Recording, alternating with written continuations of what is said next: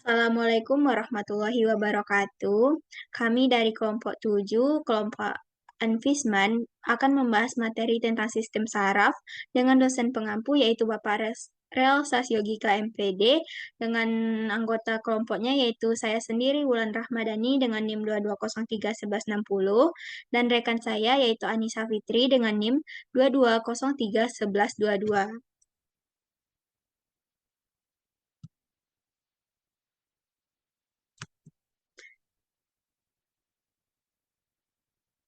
Baik, untuk materi pertama itu akan disampaikan oleh Anissa Fitri. Kepada Anissa dipersilahkan. Baik, di sini saya akan menjelaskan materi yang pertama, yaitu pengertian sistem saraf. Sistem saraf manusia merupakan jaringan saraf yang saling berhubungan, yang sangat khusus dan kompleks. Sistem saraf ini mengkoordinasikan, mengatur, dan mengendalikan interaksi antara seorang individu dengan lingkungan sekitarnya. Jadi sistem tubuh yang penting ini juga mengatur aktivitas sebagian besar sistem tubuh lainnya. Tubuh mampu berfungsi sebagai satuan yang harmonis karena pengaturan hubungan saraf di antara berbagai sistem. Jadi sistem saraf ini tersusun dari jutaan serabut sel saraf atau disebut dengan neuron dan yang berkumpul membentuk suatu berkas atau vaskulum, di mana neuron adalah komponen utama dalam sistem saraf. Selanjutnya yaitu tentang fungsi dari sistem saraf, di mana secara umum sistem saraf ini berfungsi sebagai sistem koordinasi yang mempunyai fungsi utama, yaitu yang pertama memelihara fungsi tubuh, yang kedua mengatur kegiatan di dalam tubuh, yang ketiga menerima rangsangan eksternal dan internal, yang keempat mengolah rangsangan yang diterima dan merespon rangsangan yang diterima. Materi yang selanjutnya yaitu struktur neuron, neuroglia, dan sinaps. Di mana struktur neuron ini adalah kumpulan dari sel-sel saraf atau neuron akan membentuk suatu jaringan saraf. Ujung dendrit dan ujung akson bertugas menghubungkan sel saraf satu dan sel saraf lainnya. Jadi begini adalah bentuk dari neuron, di mana struktur neuron ini terdiri dari bagian dendrit, ada nukleus, kemudian ada badan sel, ada akson, ada selubung myelin, ada nodus transfer, ada sel squam, dan ada ujung akson atau disebut sinaps.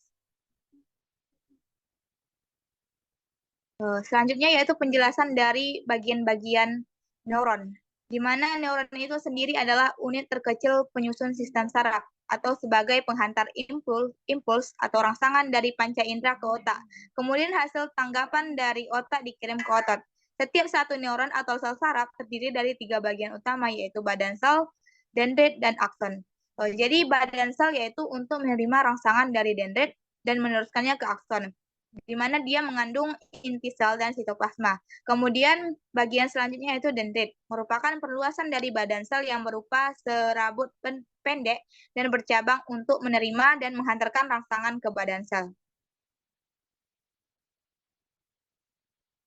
Selanjutnya yaitu akson atau neuret, di mana akson ini adalah tonjolan sitoplasma yang panjang atau lebih panjang dibandingkan dengan dendrit, di mana fungsinya yaitu menyalurkan impuls saraf meninggalkan badan sel ke neuron atau jaringan lainnya. Jadi jumlah akson biasanya hanya satu pada setiap neuron. Kemudian selanjutnya itu ada bagian nukleus atau inti sel yang berfungsi sebagai pengatur kegiatan neuron. Kemudian ada bagian selubung myelin, di mana selaput yang banyak mengandung lemak yang berfungsi untuk melindungi akson dari kerusakan, di mana bentuknya itu berupa segmen-segmen dan lekukan antara segmen yang disebut dengan nodus transfer. Selanjutnya yaitu nodus transfer, di mana yang sudah disinggung sebelumnya. Nodus transfer ini berfungsi untuk mempercepat transmisi impuls saraf, memungkinkan impuls saraf melompat dari satu nodus ke nodus lainnya, sehingga impuls lebih cepat sampai tujuan. Kemudian sel squam berfungsi untuk membantu menyediakan makanan untuk akson dan membantu regenerasi akson. Kemudian bagian selanjutnya yaitu ada sinaps atau sinapsis, di mana sinapsis ini yaitu pertemuan antara ujung akson di neuron satu dan ujung dendrit neuron lainnya. Pada setiap sinaps terdapat celah sinaps. Bagian ujung akson terdapat kantong yang berisi zat kimia atau neurotransmitter yang disebut dengan bulbus akson. Neuron transmitter ini dapat berupa asetilkolin dan kolinesterase yang berfungsi dalam penyampaian impuls saraf pada sinaps. Kemudian ada bagian selanjutnya yaitu sel glial, di mana sel glial ini sebagai pemberi nutrisi bagi neuron.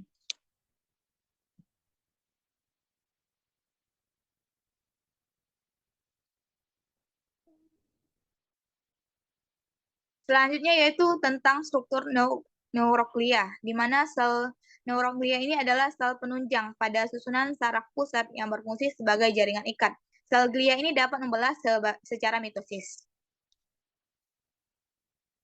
Berikut adalah gambar dari neuroglia, di mana bagian-bagiannya terdapat pada gambar. Yang akan dijelaskan selanjutnya yaitu jenis sel glia itu ada 4, di mana ada astrosit, oligodendrosit, mikroglia, dan sel epidima yang ada di gambar sebelumnya. Di mana astrosit itu berbentuk bintang yang berfungsi sebagai lem yang menyatukan neuron-neuron. Kemudian ada oligodendrosit atau oligodendroglia yang bentuknya itu menyerupai astrosit tetapi memiliki badan sel yang lebih kecil membentuk lapisan myelin untuk melapisi akson. Kemudian ada bagian mikroglia, di mana berukuran paling kecil dan bersifat fagosit, berfungsi untuk pertahanan imun. Kemudian ada bagian selanjutnya yaitu sel epidima, merupakan membran epitelium yang melapisi rongga cerebral dan medula spinalis. Selanjutnya yaitu tentang struktur sinaps, di mana sinaps ini adalah hubungan antara neuron yang satu dengan neuron lainnya, titik temu antara ujung akson dari neuron yang satu dengan dendrit yang dari neuron yang lainnya, atau hubungan ke otot dan kelenjar. Di mana struktur dari sinaps itu terlihat pada gambar, ada celah presinaps, kemudian ada terminal akson, ada vesikel pasca sinaps, ada celah sinaps, kemudian ada neurotransmitter, ada saluran, kemudian ada neuron pasca sinaps. Selanjutnya akan dijelaskan tentang struktur dari sinaps tersebut. Di mana struktur sinaps tersebut terbagi menjadi 3 bagian, yaitu presinaps atau bagian akson terminal, kemudian ada celah sinaps atau ruang antara presinaps dengan pasca sinaps, dan ada pasca sinaps, yaitu bagian dendrit. Pada celah sinaps terdapat substansi kimia atau neurotransmitter yang berperan mengirim impuls. Proses penghantaran impuls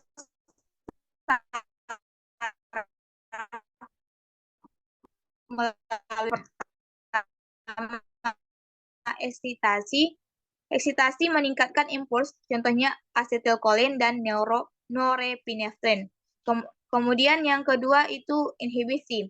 Jadi sifat inhibisi ini menghambat impuls, contohnya GBA, GABA atau gamma aminobutyric acid pada jaringan otak dan glisin pada medula spinalis.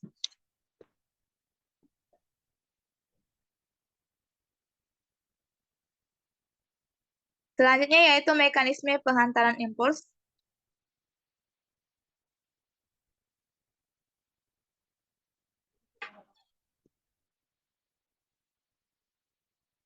Yang akan disampaikan oleh moderator. Sekian materi dari saya kembali.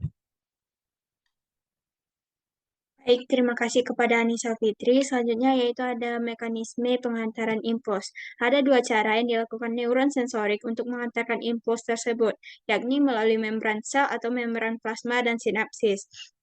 Yang pertama yaitu proses pengantaran impuls saraf melalui membran sel saraf melibatkan perpindahan ion di antara luar dan dalam sel saraf. Apabila sel saraf dihidupkan oleh rangsangan seperti tekanan atau suhu, terdapat perubahan dalam kegiatan ion di sekitar sel saraf. Yang kedua yaitu ada penghantaran impuls saraf melalui sinapsis, yaitu hubungan antara akhir saraf dengan permukaan sel yang lain, atau biasanya sel saraf. Apabila impuls saraf sampai ke akhir saraf, ia merangsang pelepasan bahan kimia yang dikenali sebagai neurotransmitter ke ruang sinapsis. Selanjutnya ini ada gambar pengantaran impuls saraf melalui membran plasma, di mana Terdapat keadaan fase istirahat, lanjut ke fase depolarisasi, yang kedua fase repolarisasi, dan undershot. Ini merupakan mekanisme pengantaran impuls melalui membran plasma neuron.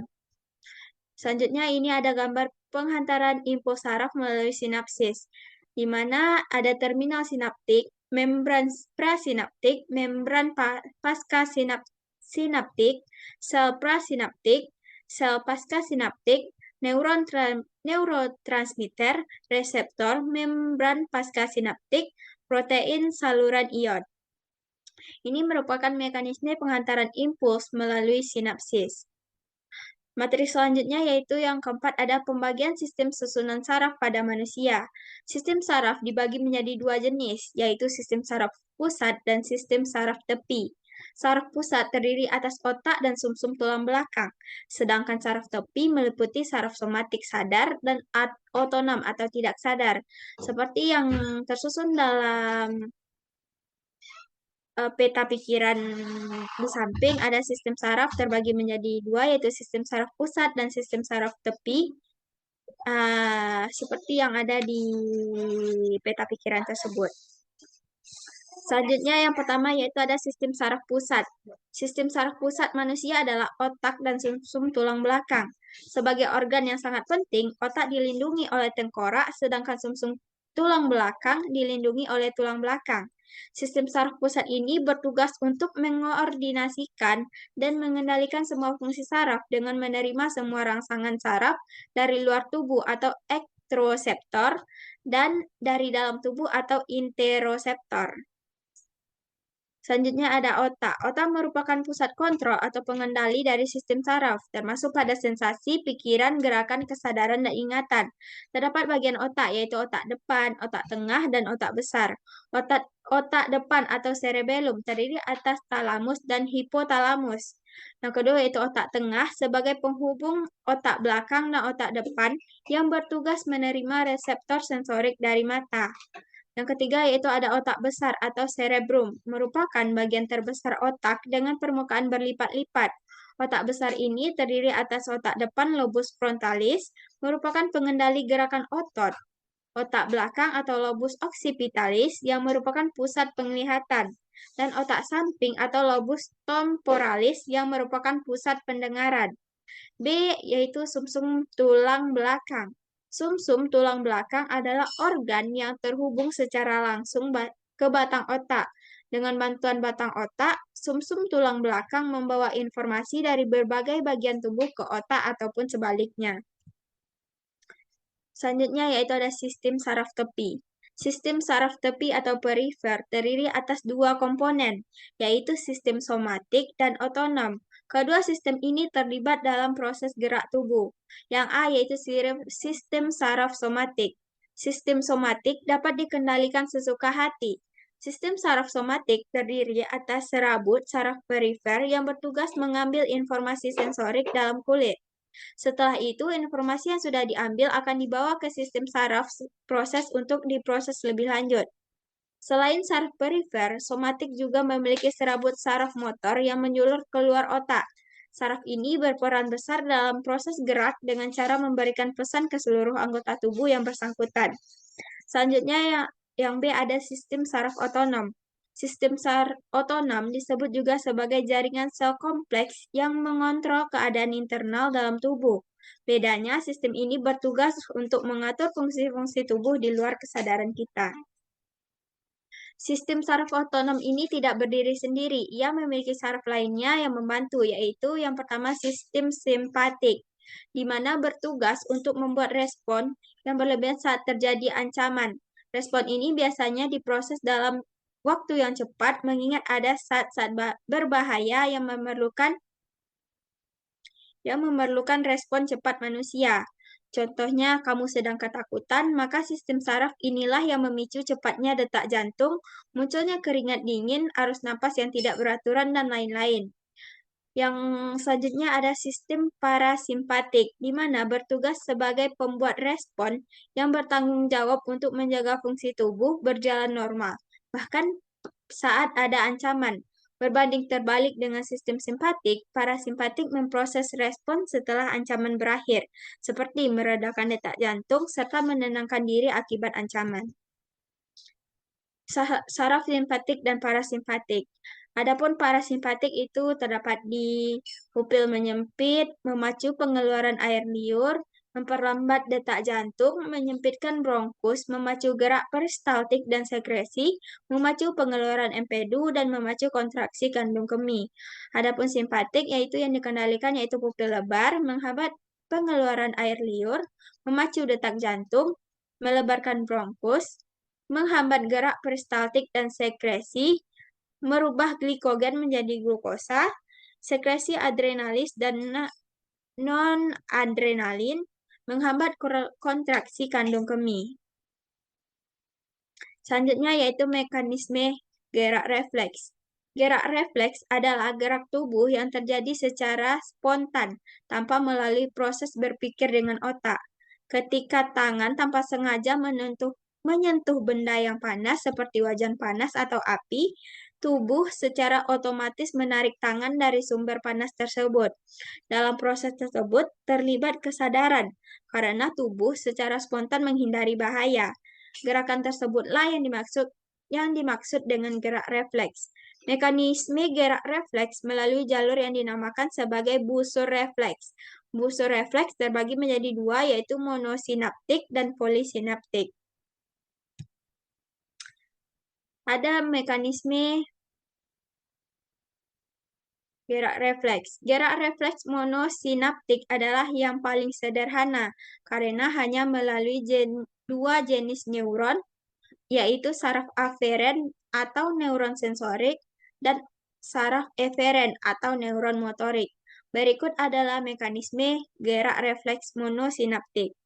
Ada stimulus, lanjut ke reseptor, neuron sensorik, sumsum tulang belakang, neuron motorik, efektor,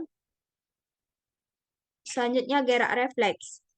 Misalnya, ketika bagian bawah lutut terbentur atau diketuk suatu benda, maka tungkai kaki secara otomatis maju ke depan. Yang kedua yaitu mekanisme gerak polisinaptik, di mana gerak refleks polisinaptik adalah gerak refleks yang kompleks. Refleks polisinaptik tidak hanya menggunakan dua jenis neuron, melainkan neuron tambahan yang disebut dengan neuron delay. Stimulus, reseptor, neuron sensorik, sumsum tulang belakang, neuron delay, neuron motorik, efektor, dan gerak refleks. Contohnya, ketika kita tidak sengaja menginjak pecahan kaca di lantai, kaki yang menginjak kaca akan terangkat dari lantai sebagai bentuk gerak refleks. Namun, juga kaki yang lainnya tetap di lantai dan telah bersiap untuk menahan seluruh berat tubuh, sehingga tubuh tidak terjatuh ketika kaki yang menginjak kaca terangkat. Ini adalah hasil koordinasi dari gerak refleks polisinaptik yang rumit. Mungkin hanya itu materi yang dari kelompok kami. Sekian presentasi dari kami. Mungkin untuk kritik, saran, dan penambahan materi serta pertanyaan-pertanyaannya akan ditampung di kolom komentar YouTube kami. Sekian presentasi dari kami. Saya sebagai moderator. Mohon maaf apabila ada kesalahan. Saya akhiri. Wassalamualaikum warahmatullahi wabarakatuh.